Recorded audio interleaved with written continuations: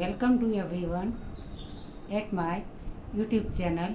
આજની મારી રેસીપી છે ભૂંગળા બટાટાનું શાક.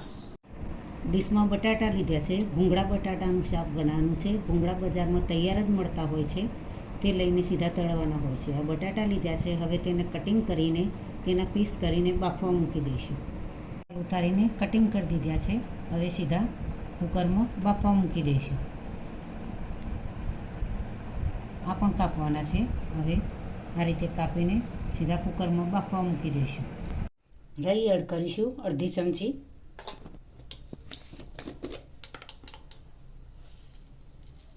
જીરું એડ કરીશું.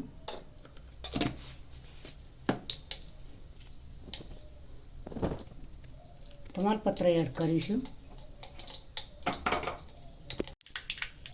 હિંગ એડ કરીશું.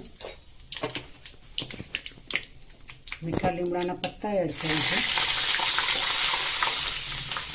અને લસણની પેસ્ટ તૈયાર કરી ગ્રેવી કરી છે. શિંગદાણાનો ભૂકો એડ કરીશું.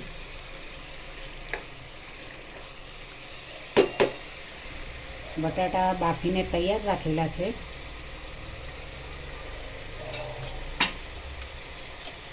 હવે તેમાં સ્વાદ અનુસાર મીઠું એડ કરીશું અડધી ચમચી. હળદર એડ કરીશું અડધી ચમચી. 1 ચમચી મરચું એડ કરીશું. ધાણા જીરું પાવડર અડધી ચમચી એડ કરીશું.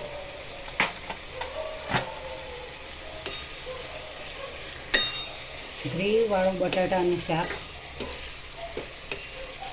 લસણની ગ્રેવી તૈયાર થઈ ગઈ છે. તેમાં 1 ચમચી સળગવાનો પાવડર એડ કરીશું. પહેલાં બટાકા એડ કરીશું. બાફીને તૈયાર કરી દીધા હતા.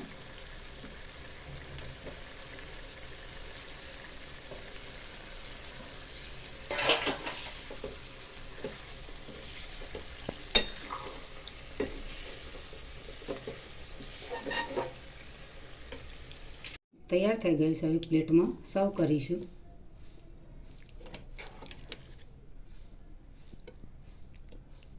ઝીણી ડુંગળી એડ કરીશું. બટાટાનું શાક તૈયાર થઈ ગયું છે. હવે આ ભૂંગળા બજારમાં તૈયાર જ મળતા હોય છે, તેને હવે આપણે તળી દઈશું.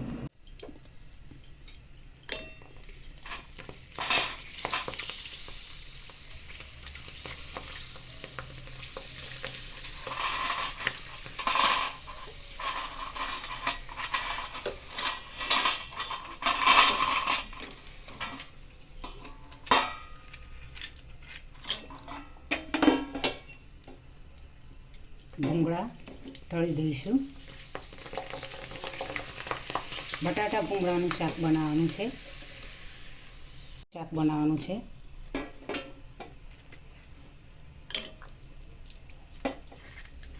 ભૂંગળા બજારમાં તૈયાર મળે છે. તૈયાર લાવીને ઘરે તળીને આ રીતે તૈયાર કરવાના હોય છે.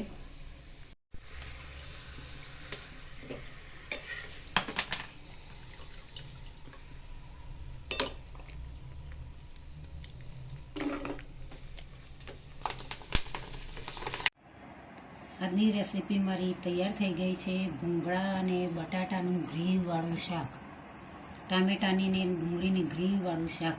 મસ્ત એવું સરસ મજાનું શાક અને ભૂંગળા તૈયાર થઈ ગયા છે. જોઈને જ મોઢામાં પાણી વળી જાય, ખાવાનું મન થઈ જાય. આવા જોડે ભૂંગળા હોય અને જોડે આવું શાક હોય તો નાના બાળકો તો હસી ખુશી ખાવા લાગી જાય. નાનાથી મોટાને સૌને આવી સ્વાદિષ્ટ રેસીપી કોને ના ભાવે. તો તમે સવારે ભૂંગળા ચા સાથે ખાઈ શકો. બપોરના ટાઈમે તમે આ રીતે ભૂંગળા અને બટેટા ગ્રેવીવાળું શાક પણ તમે આરામથી ખાઈ શકો. નાનાથી મોટાને સૌને ખૂબ જ ભાવે. તો આવી રેસીપી મિત્રો, સ્વાદિષ્ટ અને ટેસ્ટી રેસીપી જરૂરથી તમે બનાવજો. તમારા મિત્રો સુધી મારી રેસીપીને પહોંચતી કરજો. મારી ચેનલને સબસ્ક્રાઈબ કરજો. મારા વિડીયોને લાઈક કરજો, શેર કરજો, બને તો કોમેન્ટ કરજો.